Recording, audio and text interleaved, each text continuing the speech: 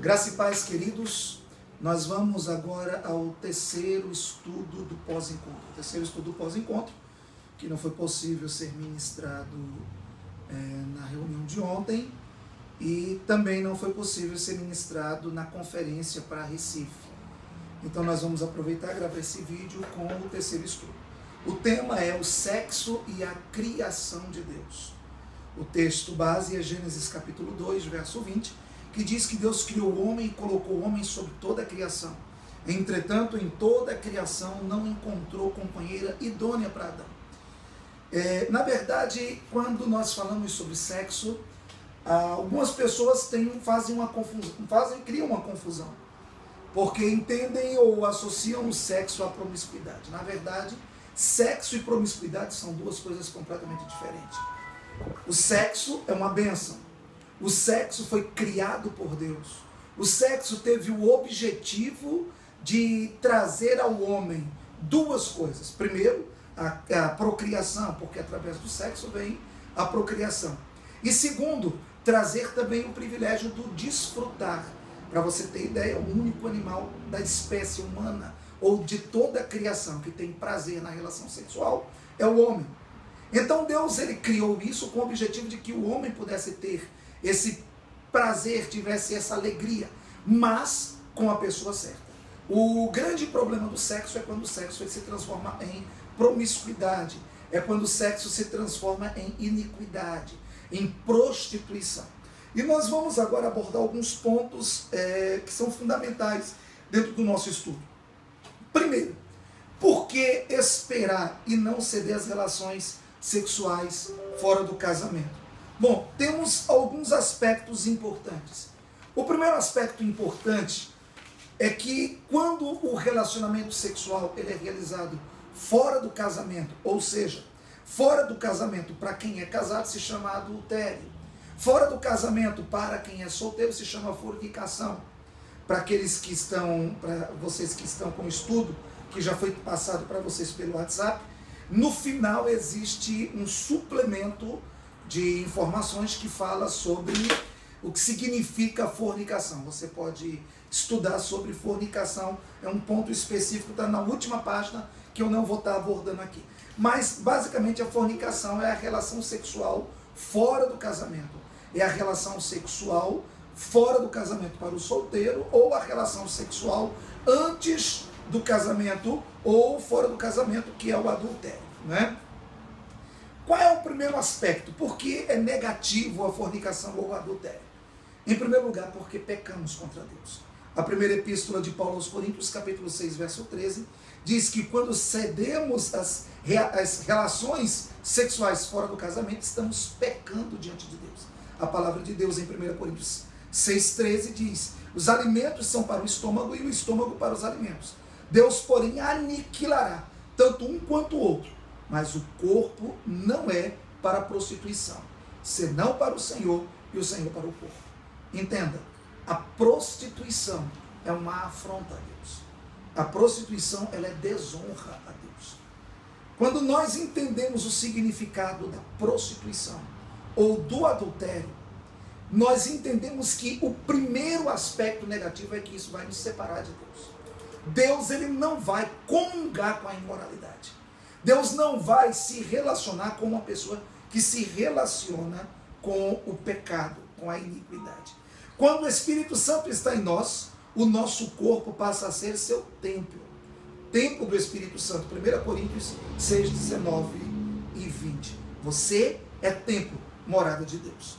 O segundo aspecto negativo do relacionamento sexual antes do casamento ou fora do casamento é a questão da culpa.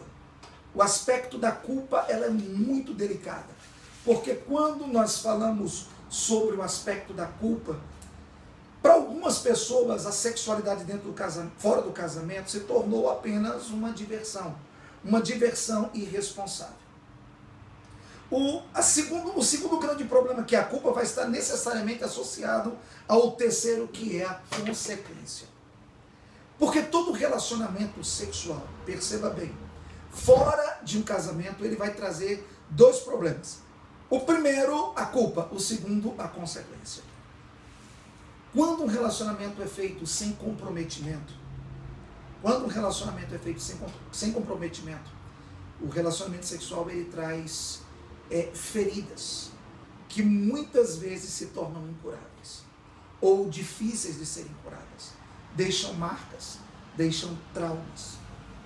Porque são duas pessoas que estão interessadas apenas em satisfazerem os seus apetites carnais e sexuais.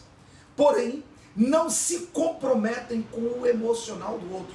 Não querem saber o que o outro está sentindo.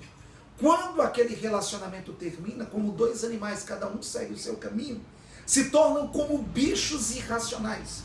Cada um segue sua vida sem comprometimento nenhum. E se uma pessoa diz, não, eu quero ter um relacionamento comprometido, então por que não casa? Na verdade, a fuga do casamento é a fuga da responsabilidade. Traumas, muitas vezes provocados por pessoas, como a história de um jovem rapaz que não tinha uma vida sexual ativa, e um dia ele começou a viver uma vida de compulsividade sexual na masturbação, se tornou um doente compulsivo, e vindo a se tornar mais tarde um maníaco assassino. Queridos, isso é uma deformidade, é um distúrbio emocional. O sexo é uma bênção, se ele for feito dentro do casamento. O sexo é uma bênção, se for feito por pessoas saudáveis que se preservem. É muito duro nós lidarmos com pessoas como, por exemplo, uma senhora que me procurou um dia, que trazia no seu corpo o vírus do HIV, em seu corpo e no corpo dos seus filhos, o vírus do HIV. E era um caso muito grave.